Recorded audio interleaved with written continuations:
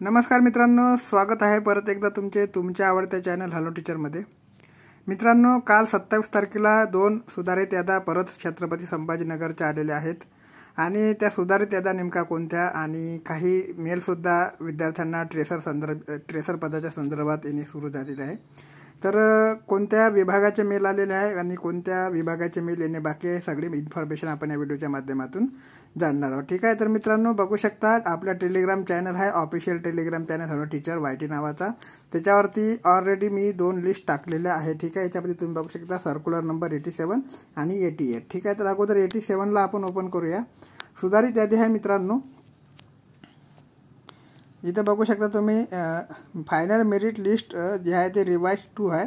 2 नंबरची सुधारित यादी आहे आणि याच्यामध्ये पोस्टचं जे नाव आहे ते ट्रेसर आहे। ठीक आहे, याच्यानंतर तुम्हाला सिरियल नंबरचा कॉलम आहे, सोशल रिझर्वेशनचा कॉलम आहे, हॉरिझॉन्टल रिझर्वेशनचा कॉलम आहे, vacancy as per advertisement, candidates recommended आणि कट ऑफचा कॉलम आहे। ठीक आहे, तर अशा प्रकारे तुम्ही इथे बघू शकता मित्रांनो प्रत्येक कॅटेगरीच्या जागा आणि त्या कॅटेगरीचा कट ऑफ काय आहे ते सुद्धा याच्यात देण्यात आलेलं आहे। ठीक आहे, तर सर्वच याच्यामध्ये ॲक्च्युअली सर्वच कास्टच्या जागा देण्यात आलेल्या आहे। ॲज पर ॲडव्हर्टाइजमेंट जागा किती आहे आणि किती कॅन्डिडेट अवेलेबल आहे हे सुद्धा देण्यात आलेलं आहे। ठीक आहे, तर याच्यामध्ये बघू शकता मित्रांनो कॅन्डिडेट ॲज पर ॲडव्हर्टाइजमेंट, तर याच्यामध्ये बघू शकता तुम्ही 60 जे आहे ते 60 कॅन्डिडेट जे आहे ते अवेलेबल आहे आणि 8 कॅन्डिडेट अवेलेबल नाही। ठीक आहे, तर candidate as per advertisement 68 candidate आहे आणि कॅन्डिडेट नॉट अवेलेबल जे आहे ते 8 आहे। ठीक आहे, म्हणजे 60 कॅन्डिडेट अवेलेबल आहे असं हे जे परिपत्रक आहे, प्रसिद्धीपत्रक आहे त्याच्यामध्ये सांगण्यात आलेलं आहे। याच्यानंतर तुम्हाला इथे जागासुद्धा दिलेलं आहे, तुमचे नावसुद्धा दिलेलं आहे आणि जे आडव्या हॉरिझॉन्टल याच्यामध्ये दिसल्यामुळे तुम्हाला हे उलटं दिसत असेल। ठीक आहे, तर जो ऑर्डर आहे मित्रांनो जो सुधारित यादी आहे ते टेलिग्राम चॅनल टाकलेली आहे, ऑफिशियल साईटवरती सुद्धा आलेली आहे, तिथून सुद्धा तुम्ही डाउनलोड करू शकता। ठीक आहे, तर अशा प्रकारचा हा सुधारित यादी आहे। तर मित्रांनो याच्यामध्ये तुम्ही बघू शकता प्रत्येक पदाच्या संदर्भात डिटेल, तुम्हाला प्रत्येक बाबीची डिटेल तुमच्या नावाच्या समोर दिलेली आहे। किती मार्क तुम्हाला आहे, हॉरिझॉन्टल रिझर्वेशन कोणतं आहे, व्हर्टिकल रिझर्वेशन कोणतं आहे, सगळी डिटेल याच्यामध्ये देण्यात आलेली आहे। ठीक आहे, तर याच्यानंतर जर आपल्याला बघायचं झालं मित्रांनो, त्याच्यानंतर दुसरा ऑर्डर आपण बघूया, दुसरी यादी आपण बघूया। तर याच्यानंतर 88 नंबरची यादी मी ओपन करतो, त्याच्यामध्ये बघू शकता रिवाइज यादी 3 आहे। ठीक आहे, फायनल मेरिट लिस्ट रिवाइज यादी 3 छत्रपती संभाजीनगरचीच आहे, ट्रेसर पदाच्या संदर्भात आहे। ठीक आहे, तर जवळपास दोन्ही याद्या ज्या आहेत तुम्हाला बघायला सारख्याच दिसणार आहे मित्रांनो, फक्त एका बाबीच्या याच्यामध्ये जे आहे ते तुम्हाला तफावत दिसणार आहे। जर काळजीपूर्वक तुम्ही बघितलं तर दोन्ही याद्या ज्या सेम दिसणार आहे तुम्हाला। ठीक आहे, तर याच्यानंतर मित्रांनो आपल्याला बघायचं आहे की ह्या दोन्ही याद्यामध्ये नेमका फरक काय आहे, तुम्ही इथे बघू शकता। 2 नंबरची जी यादी होती मित्रांनो त्याच्यामध्ये 68 जागा ॲज पर ॲडव्हर्टाइजमेंट होत्या आणि 60 कॅन्डिडेट अवेलेबल होते, परंतु जे रिवाइज यादी नंबर 3 आहे याच्यामध्ये तुम्हाला बघायला दिसणार आहे की फक्त 59 कॅन्डिडेट अवेलेबल आहे आणि जे 9 कॅन्डिडेट आहे ते अवेलेबल नाही। ठीक आहे, तर आता मित्रांनो भरपूर लोकांचे प्रश्न चॅनलला येत आहे की ज्या जागा आहे, ज्या ॲब्सेंट जागा आहे किंवा ज्या नॉट कॅन्डिडेट अवेलेबलच्या जागा आहे त्या जागा वेटिंग लिस्टवाल्यांना दिल्या जाईल का? तर मित्रांनो वेटिंग लिस्टवाल्यांना जागा द्यायच्या असत्या तर त्यांनी इथेच ऑप्शन दाखवलेलं नसतं, कारण की ऑलरेडी जे आहे ते कॅन्डिडेट या जागेकरता अवेलेबल नाही, त्याच्यामुळे ते नॉट कॅन्डिडेट अवेलेबलमध्ये दाखवलं जातं। आता वेटिंगवाल्याला एका कंडिशनमध्ये जर जागा कन्वर्ट झाल्या मित्रांनो तर देऊ शकतात। आता जागा कन्वर्ट ज्या होतात त्या करतात डिपार्टमेंट, परंतु ज्या जागा कन्वर्ट करणे त्यांच्या हातात नसतं त्याच्यात ते काही करू शकत नाही। ठीक आहे, जसं की आपल्याला माहीतच असेल एक सर्व्हिसमॅनच्या जागा जर कन्वर्ट करायच्या असेल मित्रांनो त्याच्याकरता सैनिकी बोर्डाचं मान्यता लागते आणि सैनिकी बोर्ड जे आहे ते सहसा मान्यता देत नाही। डिपार्टमेंट PTच्या ज्या जागा आहे त्या कन्वर्ट करू शकतात, त्यांनी त्या केल्यासुद्धा आहे काही पदाच्या संदर्भात। ठीक आहे, आता बाकीच्या रिजनमधून हे पदे भरली जातील का हे सुद्धा भरपूर मुलांचे प्रश्न आहे, तर चान्सेस आहे, कारण की सर्व जे आहे ते डिपार्टमेंटवर अवलंबून असतं। ठीक आहे, तर याच्यानंतर मित्रांनो आणखी जी मेल आलेला आहे तर मेल कोणत्या प्रकारचा आलेला आहे ट्रेसर पदाच्या संदर्भात काही विभागाला ते सुद्धा आपण बघणार आहोत। तर चला बघूया मेल कोणता आलेला आहे। ठीक, तर मित्रांनो बघू शकता हा जो मेल आहे मित्रांनो 27/8/2024 तारखेचा आहे, म्हणजे कालच्याच तारखेचा हा मेल आहे। ठीक आहे, आणि जे नागपूर परिमंडळाचा हा मेल आहे आणि अनुरेखक गट क पदावर जलसंपदा विभागामार्फत नामनिर्देशक तात्पुरती नियुक्तीकरता शिफारस करण्याबाबतचा हा मेल आहे। ठीक आहे, तर मित्रांनो असे मेल काही विद्यार्थ्यांना आलेले आहे, नागपूरचे आलेले आहे, नाशिकचे आलेले आहे, आणखी कोणत्या परिमंडळाचे मेल आलेले आहे तर बाकी जे आहे पुणे परिमंडळाचे अजूनपर्यंत मेल आलेले नाही आणि अशी जे कमेंट आपल्याला चॅनलला येत आहे, तर तुमचेसुद्धा मेल आहे मित्रांनो लवकरात लवकर येईल. ठीक आहे. तर मेलमध्ये नेमकं काय आहे ते सुद्धा आपण बघणार आहोत. तर अनुरेखक पदाच्या संदर्भातला मेल आहे मित्रांनो. अनुरेखक गट या पदावर जलसंपदा विभागामार्फत नामनिर्देशनाने तात्पुरती नियुक्ती करता शिफारस करण्याबाबतचा हा विषय आहे. संदर्भ दिलेला आहे, संदर्भ तुम्हाला वाचून घ्यायचा आहे. नंतर मित्रांनो सगळे पॉईंट याच्यामध्ये पॉईंट टू पॉईंट आपल्याला वाचायचे आहे. ज्यांना हा मेल आलेला असेल भरपूर पॉईंट आहे. मी सर्व पॉईंट इथे वाचून दाखवणार नाही, नाहीतर व्हिडिओ तो फार लांब होणार आहे. ठीक आहे. त्याच्यामध्ये तुम्ही बघू शकता मित्रांनो, पॉईंट नंबर 1 आहे की उपरोक्त संदर्भीय शासन निर्णय क्रमांक 1च्या अन्वये स्थापित समन्वय समितीद्वारे संदर्भीय परिपत्रक क्रमांक 2 अन्वये जलसंपदा विभागामार्फतची भूतपूर्व दुय्यम सेवा निवड मंडळाच्या कक्षेतील आणि MPSCच्या कक्षेबाहेरील. ठीक आहे. 14 संवर्गाची एकूण 4497 रिक्त पदे सरळ सेवेने भरण्याबाबत दिलेल्या शासन मान्यतेनुसार सरळ सेवा भरती प्रक्रियेने राबवण्यात आलेली आहे. ठीक आहे. उपरोक्त भरती प्रक्रियेअंतर्गतची सर्व कार्यवाही पूर्ण करून या परिमंडळाची संबंधित जे लिस्ट आहे ते www.wrd.महाराष्ट्र.gov या संकेतस्थळावर वेळोवेळी प्रसिद्धसुद्धा करण्यात आलेली आहे आणि सुधारित लिस्टसुद्धा प्रसिद्ध करण्यात आलेली आहे. ठीक आहे. तर अशा प्रकारचे अटी आहे मित्रांनो. याच्यानंतर तुमचं जे आहे मानधन म्हणतो मी, वेतन स्तर काय राहणार आहे, तर वेतन स्तर राहणार आहे मित्रांनो बेसिक जे तुमचं राहणाऱ्या लागल्या 21,700 आणि रिटायरमेंटपर्यंत हे बेसिक तुमचे 69,100पर्यंत जाणार आहे. ठीक आहे. लेवल राहणार आहे 7. उमेदवारांच्या नियुक्ती व सविस्तर पदस्थापना आदेश निर्गमित करण्यापूर्वी मंडळाने काय काय जबाबदाऱ्या पार पाडायच्या आहे ते सुद्धा याच्यामध्ये देण्यात आलेलं आहे. ह्या मंडळाला जबाबदाऱ्या पार पाडायच्या आहे. ठीक आहे. तर त्यामध्ये पहिली जी जबाबदारी आहे मंडळाला जी पार पाडायची आहे ते वयोमर्यादा चेक करून घ्यायच्या, रिव्हेरिफिकेशन करायचं आहे डॉक्युमेंटचं रिव्हेरिफिकेशन करूनच तुम्हाला जे आहे ते जॉईन करून घेतलं जाणार आहे. ठीक आहे. तर याच्यामध्ये तुम्ही बघू शकता मित्रांनो, वयोमर्यादा दिनांक 24/11/2023 रोजी म्हणजेच अर्ज दाखल करण्याच्या अंतिम दिनांकास काय असायला हवी होती ते याच्यात दिलेलं आहे. याच्यामध्ये वयाच्या दाखल्यासाठी शाळा सोडल्याचा दाखला ज्याला आपण TC म्हणतो किंवा माध्यमिक शालांत परीक्षा प्रमाणपत्र ज्याला आपण मार्कशीट म्हणूया किंवा डिप्लोमा म्हणूया 10वीचा किंवा जन्म दाखला तपासणे म्हणजे बर्थ सर्टिफिकेट जे आहे ते तपासले जातील. उमेदवाराचे किमान वय 18 वर्ष पूर्ण व कमाल वय खुल्या वर्गासाठी जे आहे ते 38 वर्ष पूर्ण व मागास वर्गासाठी 43 वर्ष पूर्ण हवे आहे. ठीक आहे. अंशकालीन उमेदवारासाठी कमाल वय 55 वर्ष, अनाथ प्रवर्गासाठी 43 वर्ष, खेळाडू उमेदवारांसाठी 43 वर्ष, प्रकल्पग्रस्त भूकंपग्रस्तासाठी 45 वर्ष, दिव्यांग आणि माजी सैनिकांकरिता 45 वर्ष. ठीक आहे. माजी सैनिकांचे जे सेवेचा कालावधी अधिक 3 वर्ष इतका वयामर्यादेमध्ये सूट देण्यात आलेला आहे. ठीक आहे. किमान शैक्षणिक अर्हता काय असणार आहे, जो मुद्दा सगळ्यात जास्त गाजला आहे त्याच्यामुळे जे थोडी भरतीची लेट झाली आहे ते किमान शैक्षणिक अर्हता काय असणार आहे ते सुद्धा आपल्याला याच्यात बघायचं आहे. अनुरेखक गट या पदासाठी जलसंपदा विभाग अधिसूचना जी आहे ती 2/4/2016 नुसार खालीलप्रमाणे किमान शैक्षणिक अर्हता आवश्यक असणे गरजेचं आहे. ठीक आहे. ज्यांनी माध्यमिक शालांत परीक्षा उत्तीर्ण केली आहे आणि ज्यांची शासनाच्या औद्योगिक प्रशिक्षण संस्थेचा आरेखक स्थापत्य अभ्यासक्रम उत्तीर्ण केलेला आहे किंवा शासन मान्यता प्राप्त कला किंवा रेखाचित्र विद्यापीठाची कला शिक्षण पदविका धारण केलेल्या आहे जे शैक्षणिक पात्रता चेक करायची आहे. ठीक आहे. आदिवासी प्रमाणपत्र लागणार आहे मित्रांनो, ज्याला डोमिसाईल सर्टिफिकेट आपण म्हणतो. उन्नत व प्रगत गटात मोडत नसल्याबाबतचे प्रमाणपत्र लागणार आहे. ज्यांना आवश्यक आहे त्यांना जात प्रमाणपत्र, जात वैधता प्रमाणपत्र लागणार आहे. जर जात वैधता प्रमाणपत्र नसेल तुमच्याकडे तर तुम्हाला 6 महिन्याच्या आत ते जॉईन झाल्यानंतर जमा करायचं असतं, ज्याला आपण कास्ट व्हॅलिडिटी म्हणतो. ठीक आहे. माजी सैनिक आरक्षण असेल तर मित्रांनो त्याच्याकरता त्याचं सर्टिफिकेट लागणार आहे. अंशकालीन कर्मचारी असणार तर त्यांच्याकरता त्याचं सर्टिफिकेट लागणार आहे. ठीक आहे. म्हणजे ज्या हॉरिझॉन्टल रिझर्वेशनचा तुम्ही लाभ घेऊ इच्छिता ते सर्टिफिकेट तुम्हाला इथे लागणार आहे. ठीक आहे. नंतर मित्रांनो ठळक अक्षरात काय दिलेलं आहे बघा, आपल्या मंडळ स्तरावरून स्वतंत्रपणे कळवण्यात येऊन सर्व आवश्यक कागदपत्रे उपलब्ध झालेल्यांना संबंधित उमेदवारांची नियुक्तीविषयक कारवाई करावी. ठीक आहे. म्हणजे हे जे डिपार्टमेंटला पत्र आहे मित्रांनो, एका प्रकारचा डिपार्टमेंटला मेल आहे आणि डिपार्टमेंटने तुम्हाला मेल केलेला आहे की ह्या ज्या संबंधित विद्यार्थी आहे बघा यांचं जे आहे संबंधित विद्यार्थ्यांचं रिव्हेरिफिकेशन करा डॉक्युमेंटचं आणि त्याच्यानंतर त्यांना पदावर रुजू करा. ठीक आहे. तर अशा प्रकारचं पत्र आहे मित्रांनो हे डिपार्टमेंटला आहे. डिपार्टमेंटने तुम्हाला तुमच्या नावासहित दिलेलं आहे. ठीक आहे. अनाथ आरक्षण काय राहणार आहे, प्रकल्पग्रस्तासाठीच्या आरक्षणात काय तरतुदी आहे, ह्या सर्व तरतुदी तुम्हाला नीट वाचून घ्यायच्या आहे तुमच्या पदाच्या संदर्भात. ठीक आहे. याच्यानंतर मित्रांनो उमेदवारांना कामावर रुजू करून घेण्यापूर्वी संबंधित उमेदवाराच्या नियुक्ती पात्रतेच्या संबंधात मूळ कागदपत्रावरून शहानिशा करून घेतल्यानंतरच पूर्व खात्री झाल्यावरच संबंधित उमेदवारास कामावर रुजू करून घ्यायचे आहे असं सुद्धा त्यांना सांगण्यात आलेलं आहे. ठीक आहे. त्यानंतर मित्रांनो आपले मंडळ स्तरावरून स्वतंत्रपणे कळण्यात येऊन त्यानुसार वैधतेबाबत विहित प्रमाणपत्र उपलब्ध झाल्यानंतर उमेदवारांचे नियुक्ती आदेश निर्गमित करण्यात यावे असं सुद्धा सांगण्यात आलेलं आहे.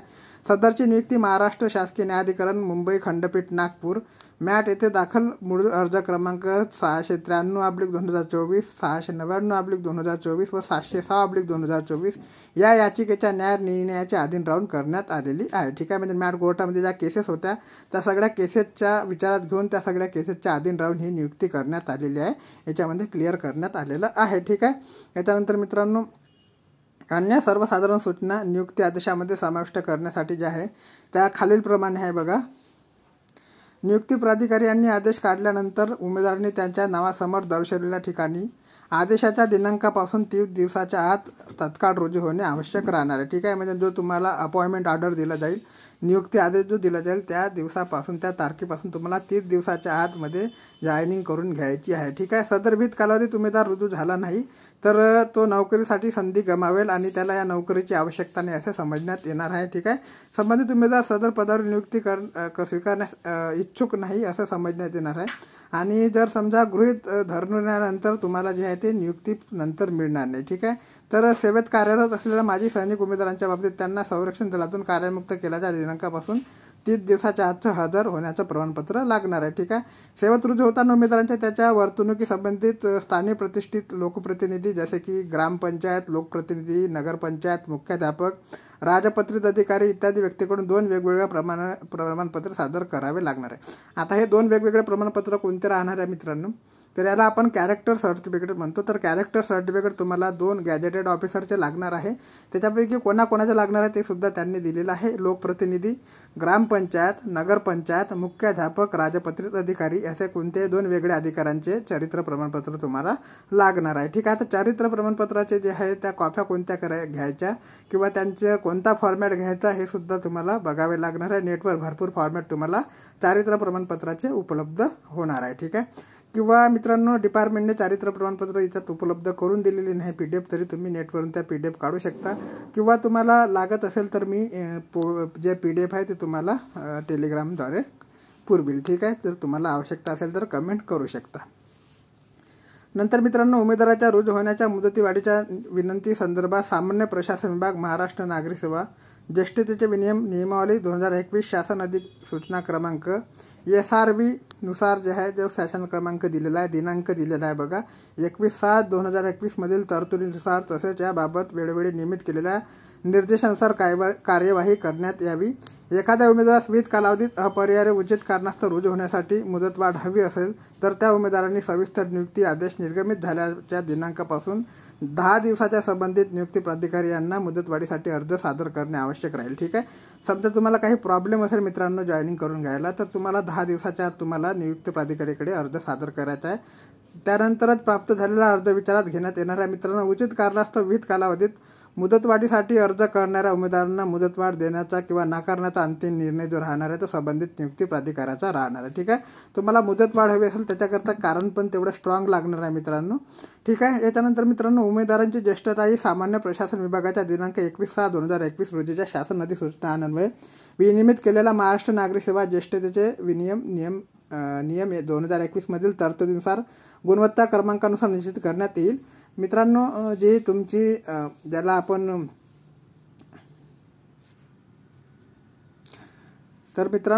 सिनियरिटी म्हणतो ते सिनियरिटी जे आहे मित्रांनो अगोदर जे सिनियरिटी 21/6/2021च्या अगोदर जी पकडली जात होती ते तुमच्या जॉईनिंगच्या तारखेनुसार पकडली जात होती. म्हणजे ज्याची जॉईनिंग अगोदर असेल त्याला सिनियरिटी दिली जात होती. परंतु 21/6/2021च्या नंतर मित्रांनो जो नियम लागू झाला त्याच्यानुसार मित्रांनो जो विद्यार्थी मेरिटमध्ये अव्वल असेल त्याला सिनियर पकडले जाते. ठीक आहे. तर 30 दिवसाच्या आत जर हे रुजू झाले नाही तर त्यांच्याकरता मग काय दुसरा नियम काय आहे तर मित्रांनो 30 दिवसाच्या आत तुम्हाला लेटर मिळाल्यानंतर हा नियम लागू होतो. परंतु 30 दिवसापर्यंत तुम्ही रुजू झाले नाही सेवेत, तुम्ही मुदतवाढ मागितली तर त्याच्यानंतर तुम्हाला जे आहे ते जॉईनिंगनुसार सिनियरिटी दिली जाणार आहे. ठीक आहे. इतर मागासवर्ग, सामाजिक व शैक्षणिक मागासवर्ग, विमुक्त जाती, भटक्या जमाती यांना एनशीएल लागणार आहे. ठीक आहे. तर एनशीएलचे रूल सुद्धा याच्यात देण्यात आलेले आहे. उमेदवारांना हिंदी व मराठी भाषा परीक्षा अगोदरच उत्तीर्ण केली नसेल किंवा सदर भाषा परीक्षा उत्तीर्ण होण्यापासून सूट मिळाली नसेल तर संबंधित असलेल्या नियमानुसार भाषा परीक्षा उत्तीर्ण होणे आवश्यक राहणार आहे. भाषा परीक्षा उत्तीर्ण झाल्यास त्याचे वेतनवाढ प्रचलित नियमाप्रमाणे रोखून ठेवण्यात येईल. ठीक आहे. जर मित्रांनो तुम्ही भाषा परीक्षा ज्या उत्तीर्ण केली नाही तर तुमची जे वेतनवाढ आहे ते रोखून ठेवण्यात येणार आहे. ठीक आहे. जोपर्यंत तुम्ही परीक्षा उत्तीर्ण करत नाही तोपर्यंत. ठीक आहे. नंतर अनुरेखक पदाच्या संदर्भात मित्रांनो जे आहे ते अनुरेखक पदावर नामनिर्देशनाने नियुक्त होणाऱ्या उमेदवाराकडे सामान्य प्रशासन विभाग शासन निर्णय क्रमांकानुसार 19/3/2030 मधील तरतुदीनुसार DOEACC सोसायटीची अधिकृत CCC किंवा O स्तर किंवा B किंवा C स्तरापैकी कोणतेही एक परीक्षा उत्तीर्ण असणे आवश्यक आहे. महाराष्ट्र राज्य उच्च व तांत्रिक शिक्षण मंडळ मुंबई यांच्याकडील अधिकृत MSCIT परीक्षा उत्तीर्ण झाल्याचे प्रमाणपत्र यापैकी कोणतेही एक प्रमाणपत्र असणे आवश्यक असणार आहे मित्रांनो. ठीक आहे. जर नसेल तर तुम्हाला 2 वर्षाच्या आत हे प्रमाणपत्र सादर करायचं आहे, डिपार्टमेंटला द्यायचं आहे. ठीक आहे. तर असे भरपूर काही नियम आहे मित्रांनो. प्रस्तुत उमेदवारांच्या नियुक्तीसाठी शिफारस त्यांच्या पूर्वचारित्र्याची पडताळणी करण्यापूर्वी करण्यात येत असल्यामुळे 6 महिन्याच्या आत तुम्हाला उमेदवारांना त्यांचे सर्व पूर्वचरित्र संबंधित सक्षम पोलीस अधिकाऱ्याकडून पडताळणी करून घेणे आवश्यक आहे. म्हणजे ज्याला आपण PVR म्हणतो, पोलीस व्हेरिफिकेशन रिपोर्ट, तर तो तुम्हाला 6 महिन्याच्या आत सादर करायचा आहे. कारण की तुमचं PVR न करता जे आहे मित्रांनो जॉईनिंग केली जात आहे. ठीक आहे. स्टेट गव्हर्नमेंटमध्ये मित्रांनो PVR करण्या अगोदर जॉईनिंग केली जाते आणि सेंट्रल गव्हर्नमेंटमध्ये जे आहे मित्रांनो PVR केल्यानंतर जॉईनिंग केली जाते. ठीक आहे. तर मित्रांनो तुम्हाला PVR सुद्धा स्वतः करून घ्यायचा आहे. डिपार्टमेंट आपल्या परीने करेल, तो वेगळा करेल, परंतु तुम्हाला सुद्धा करून घ्यायचा आहे. ठीक आहे. चारित्र्य पडताळणी अहवाल जे आहे ते तुम्हाला डिपार्टमेंटकडे 6 महिन्याच्या अगोदर द्यायचा आहे. ठीक आहे. याच्यानंतर मित्रांनो उमेदवारांनी संबंधित वैद्यकीय मंडळाकडून वैद्यकीय तपासणीचा अहवाल सुद्धा द्यायचा आहे. आता तो सुद्धा 6 महिन्याच्या आत तुम्हाला वैद्यकीय तपासणीचा अहवाल द्यायचा आहे. ठीक आहे. याच्यानंतर मित्रांनो वैद्यकीय तपासणी अहवाल असमाधानकारक आल्यास त्यांची नियुक्ती कोणतेही कारण न देता 1 महिन्याचा नोटीस देऊन समाप्त करण्यात येईल. ठीक आहे. जर तुम्ही मेडिकल अनफिट असाल तर तुम्हाला कोणतेही कारण न देता 1 महिन्याच्या आत मित्रांनो तुम्हाला नोटीस देऊन तुमची जी नियुक्ती आहे ते रद्द करण्यात येण्याचे सुद्धा सांगण्यात आलेले आहे. ठीक आहे. याच्यानंतर मित्रांनो भरपूर काही असे नियम आहेत, तुम्ही वाचू शकता. मी डिटेलमध्ये वाचत नाही, तुम्हाला थोडक्यात सांगत आहे. ठीक आहे. तर अशा प्रकारचे भरपूर नियम आहे. उमेदवाराने अनुरेखक गट क या पदासाठी विहित केलेली विभागीय परीक्षा विहित कालावधीत उत्तीर्ण होणे आवश्यक आहे. म्हणजे जे डिपार्टमेंटल एक्झाम आहे ते सुद्धा तुम्हाला उत्तीर्ण होणे आवश्यक राहणार आहे. उमेदवाराने कामाचा अपेक्षित दर्जा प्राप्त न केल्यास तसेच त्याचे काम किंवा वर्तणूक अयोग्य अथवा असमाधानकारक आढळल्यास तो सेवेतून कमी करण्यात येणार आहे. ठीक आहे. सदर नियुक्ती उमेदवाराने सादर केलेल्या प्रमाणपत्राच्या सत्यस्थापनेवर आधारित राहील. उमेदवाराने सादर केलेली प्रमाणपत्र जसे साक्षांकन नमुन्यात नमूद केलेली माहिती नियुक्तीनंतर खोटी अथवा बनावट आढळल्यास उमेदवाराची नियुक्ती जी आहे ताबडतोब संपुष्टात येणार आहे आणि उमेदवारांनी सादर केलेल्या प्रमाणपत्र चुकीचे किंवा अवैध आढळून आल्यास त्या अनुषंगाने होणाऱ्या कारवाईस ते स्वतः जबाबदार राहतील. ठीक आहे. तर मित्रांनो कारवाईसुद्धा होणार आहे. सेवेतून तुम्हाला बडतर्फ केला जाणार आहे ते वेगळं, परंतु नुसार कारवाईसुद्धा होणार आहे. ठीक आहे.